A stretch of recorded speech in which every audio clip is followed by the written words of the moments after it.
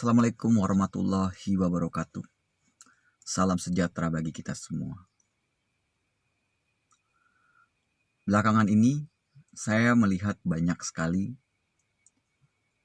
postingan-postingan di Facebook tentang Pak Harto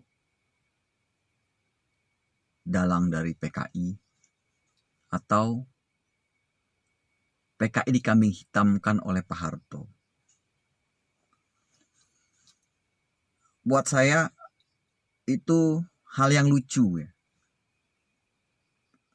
Partai terbesar ketiga ya di Indonesia, bahkan pengikutnya saja mungkin menyentuh lebih dari 2 juta. Ada kekuatan apa Pak Harto? Hanya seorang pangkostrat yang masih di bawah panglima bisa menghancurkan PKI. Itu luar biasa sekali. Buat saya itu sesuatu yang mengada-ngada ya, yang dibuat oleh oknum-oknum yang tidak bertanggung jawab. Sejarah ini harus ya banyak diluruskan oleh orang-orang yang lebih paham tentang sejarah. Saya tidak bilang saya paham sejarah, tidak. Tapi penilaian saya pribadi itu tidak mungkin Pak Harto bisa melakukan itu. Dan kita sebagai orang yang waras, orang yang mencintai negeri ini, yang sudah memiliki Pancasila sebagai ideologi kita, harus menjaga itu. Saya tidak bilang juga PKI akan bangkit. Tapi tidak ada salahnya kita waspada. Karena sejarah sudah membuktikan PKI punya cerita kelam di negeri ini. Sekarang kan yang sedang berkutit gitu kan. PKI adalah HTI modern. Itu sesuatu yang gila. HTI tidak memiliki pengalaman ya, pengkhianatan di negeri ini. Saya bukan pembela HTI, bukan. Tapi kita berdasarkan dengan fakta saja gitu. Berdasarkan dengan logika saja. Tapi kalau PKI sudah jelas, dia memiliki sejarah itu. Dan masih banyak di sini-sini, di lingkungan saya yang umurnya sudah 74 tahun gitu. Dan dia tergabung dalam ikut penumpasan PKI. Bahkan yang jadi korbannya pun keluarga dia, PKI. Karena apa dia bilang? Daripada saya harus menyerah, lebih baik saya mati. Ya, dia tidak tega untuk membunuh saudaranya. Akhirnya kawan yang bawa. Masih hidup kok orangnya. Gitu. Jadi, kenapa bisa Pak Harto bisa memiliki pasukan gitu, bisa mengambil alih kepemimpinan? Ya karena kan itu kan semua berkat izin dari Soekarno. Karena Soekarno presidennya. Gitu. Kalau menurut pribadi saya. Gitu. Karena memang Pak Karno di saat itu sedang sakit gitu kan. Dan saya kasihan dengan Pak Karno. Dia jadi alat PKI. Ya, PKI mendukung setiap kebijakan Pak Karno. Ya karena juga PKI punya kepentingan gitu. Tapi Pak Karno ditunggangi gitu.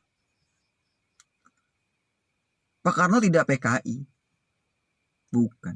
Tapi Pak Karno korban ditunggangi oleh PKI. Dan saya hormat sekali dengan Bung Karno, luar biasa. Terima kasih banyak berkat Bung Karno. Ya, dulu mungkin 90% masyarakat Indonesia betah huruf, dan dia mampu untuk merubah itu semua. Luar biasa sekali Pak Karno itu. Dan PKI itu biadab sekali.